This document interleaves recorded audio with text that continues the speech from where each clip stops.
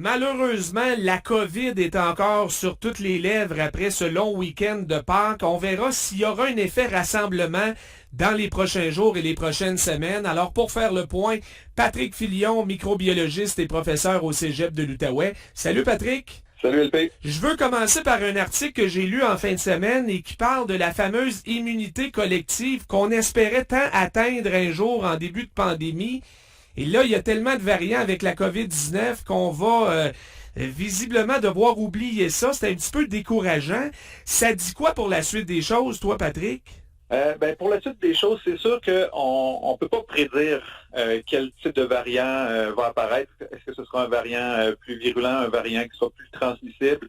On espère pas une combinaison des deux. Donc, c'est sûr que si on se rappellera là, en 2020, c'est ce qu'on espérait, immunité collective.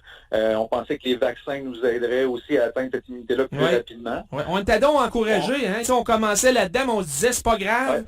À un moment donné, on va avoir l'immunité collective et on va s'en sortir. Oui, puis même, si tu te rappelles, là, en Suède, ils parlaient d'immunité collective sans les vaccins. Eux n'avaient pas fait un confinement comme nous. Donc, plusieurs approches avaient été mises de l'avant pour atteindre la fameuse immunité collective. Mais là, ce qu'on réalise, puis là, je veux pas que les gens se découragent, mais c'est qu'avec les variants qui apparaissent, qui apparaissent quand même avec une certaine régularité, là, relative rapidité, bien, ça peut compromettre cette immunité collective-là. Mais il y a quand même des bases immunitaires qui sont développées. Donc, tu sais, on le sait, les vaccins sont pas parfaits, mais ils nous protègent jusqu'à des effets graves. Donc, c'est sûr que si on regarde ça, ça peut être décourageant, mais ça peut aller aussi dans un sens où notre système immunitaire collectivement ne sera jamais parfait, mais va peut-être développer des outils suffisants pour éviter les effets graves. Parce que là, il faut se rappeler, ce virus-là n'existait pas il y a 2 ans.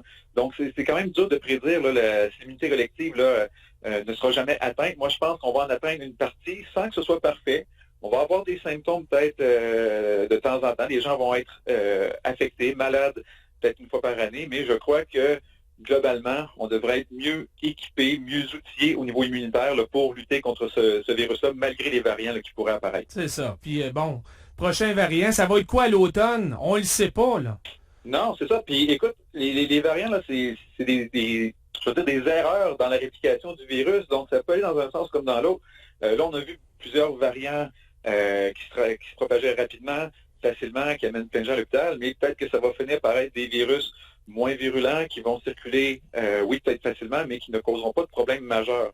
Donc, moi, je n'ai pas tendance là, à paniquer avec ça, l'immunité collective, parce que je pense qu'on développe des outils immunitaires, puis même des outils médicamenteux, donc de nouveaux traitements. Donc, je crois qu'on est beaucoup mieux placé maintenant que l'on ne l'était il y a 2 ans. Oui, il y a aussi la course contre la montre qui se poursuit pour développer un nouveau vaccin efficace contre plusieurs variants. C'est une possibilité pour l'automne selon le PDG de Pfizer, mais en lisant l'article, ça me donne pas l'impression que le projet est très avancé, Patrick. Non, je pense que tant mieux si on réussit à avoir quelque chose cet automne, mais c'est quand même assez complexe. On travaille avec les variants que l'on a, mais est-ce qu'on serait capable de trouver une formule qui nous permettrait peut-être de nous protéger de façon plus large? Donc, essayer de trouver des structures chez le virus qui sont maintenues, donc entre le virus original et les différents variants. Est-ce qu'il y a des structures qu'on pourrait cibler qui sont quand même communes à tous ces virus-là? Donc, ça pourrait nous permettre d'avoir un vaccin qui serait plus efficace à moyen long terme et contre tous les variants. Mais c'est quand même une grande entreprise. C'est assez difficile. Fait qu'il faut avoir espoir. Écoute, il y a 2 ans, on n'avait jamais réussi à faire de vaccin contre les coronavirus, là, le SRAS, le MERS. Donc là, on a réussi à faire quelque chose. Donc, tout est possible. C'est beaucoup de travail, mais encore une fois, moi, le génie humain, les gens qui travaillent dans le domaine font des efforts incroyables, puis je crois que c'est possible. On se croise les doigts pour cet automne, mais disons peut-être dans la prochaine année, on devrait être capable d'avoir quelque chose de peu plus. Et c'est là que ça deviendrait un vaccin annuel au lieu de 3-4 doses par année, là. Exact. Ça, je pense que ça va aider aussi avec la fatigue là, qui s'installe. Les gens qui sont un petit peu tannés d'avoir des doses aux 4 mois, 6 mois. Donc, si on avait quelque chose peut-être d'annuel, ce serait peut-être plus facile à vendre à la population. Oui. Puis dire, regardez, on a une dose par année, puis on va avoir une bonne protection avec ça. Ben pour les gens, puis pour notre système de santé aussi, là, c'est une grosse opération de vacciner 3-4 fois par année, là. Oui. On monopolise beaucoup de ressources humaines en ce sens-là qui pourraient être affectées à d'autres tâches. Donc, oui, effectivement, c'est quelque chose on pourrait aider la situation à plein niveau. Bon, évidemment, ce qu'on espère tous éviter avec la COVID-19, ce sont les symptômes graves. Et ça, on ne le sait jamais d'avance, là. C'est comme une loterie. Il y a une nouvelle étude qui indique que les complications majeures viennent non pas du virus lui-même, mais bien de notre système immunitaire. C'est un peu technique, là. Il y a 2 types de globules blancs qui sont en cause, si je comprends bien. Peux-tu nous vulgariser ça, Patrick? Certainement, c'est ça ma job. Donc, on a ce qu'on appelle des macrophages alvéolaires. Donc, ce sont des phagocytes, des cellules, dans le fond, qui mangent. Un peu comme des petits Pac-Man là, qui se promènent dans nos poumons puis qui mangent les intrus, donc virus, bactéries, etc. Puis, on a aussi des cellules un peu similaires qui ont la même job qu'on appelle les monocytes, qui, elles, circulent dans notre sang et qui sont des phagocytes un petit peu immatures. Puis là, ce qui arrive, c'est que, bon, nos petits Pac-Man, ils font la job. Donc, ils se promènent dans le sang, mangent les virus, les détectent et les mangent. Mais là, ce qui arrive, c'est qu'ils ne les digèrent pas. Donc, au lieu de les digérer et de les détruire, on les garde dans nos cellules. Et là, ces cellules-là continuent de se promener partout dans notre corps. Donc là, vont, dans le fond, transporter le virus un peu partout. Puis, tu sais, il n'y a pas meilleure cachette. C'est comme si des bandits se cachaient dans les véhicules de police, puis les polices cherchaient partout, mais ils étaient cachés à l'intérieur du véhicule. Donc, ce qui arrive, c'est que ces virus-là sont dispersés partout et ultimement, ça entraîne une réponse inflammatoire extrêmement violente.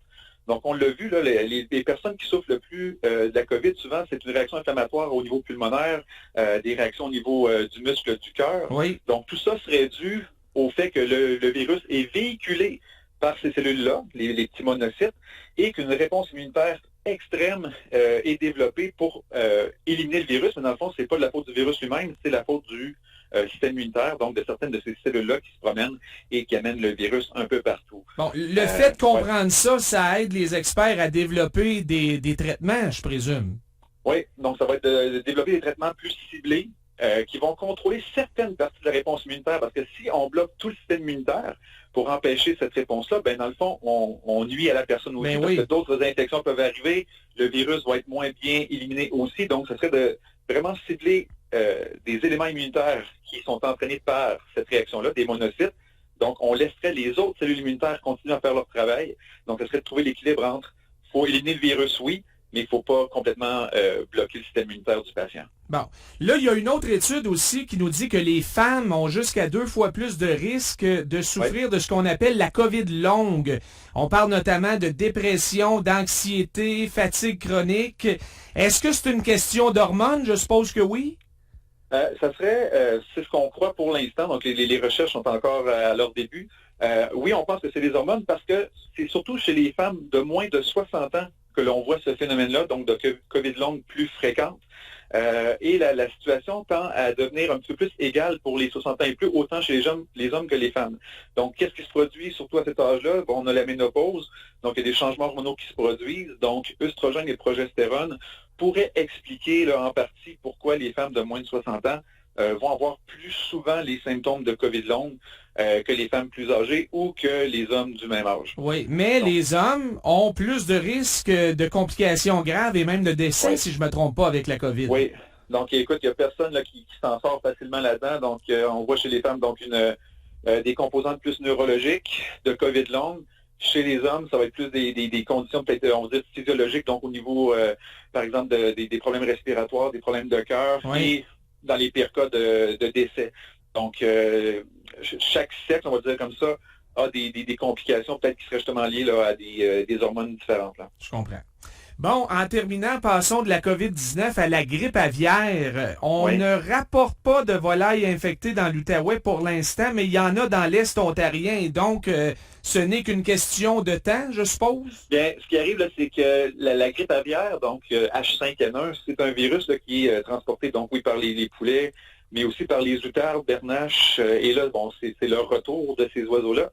Et on a détecté chez certains de ces spécimens-là, donc des virus, donc de la grippe aviaire.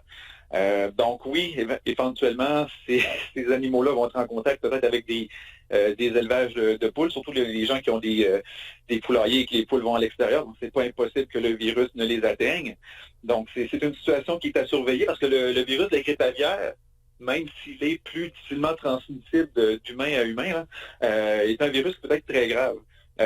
Donc pour l'humain, oui, mais aussi pour les élevages, parce que si on le détecte dans un élevage, ça va être un abattage systématique là, de tous les animaux. Oui, alors il y a l'enjeu évidemment économique, mais pour l'humain, quoique, il paraît que la souche qui circule actuellement, puis c'est rare qu'on a ça ici, est quand même jugée moins préoccupante que la normale pour les humains, là. Oui, parce que on va dire la souche, une des premières souches H5N1 qui avait frappé, surtout en Asie, c'était un taux de mortalité là, chez l'humain là, de 50%. Donc, c'est un pile ou face. C'est vraiment extrême comme taux de mortalité. Mais encore une fois, ça prend des contacts vraiment étroits là, avec les animaux. Et par la suite, une fois que ça atteint l'humain, c'est difficilement transmissible d'une personne à l'autre, contrairement au Omicron, par exemple, qui est très facilement transmissible d'une personne à l'autre. Donc, pour l'humain, c'est peut-être pas ce qui est le plus préoccupant, mais je pense qu'au niveau effectivement économique, il faut le surveiller.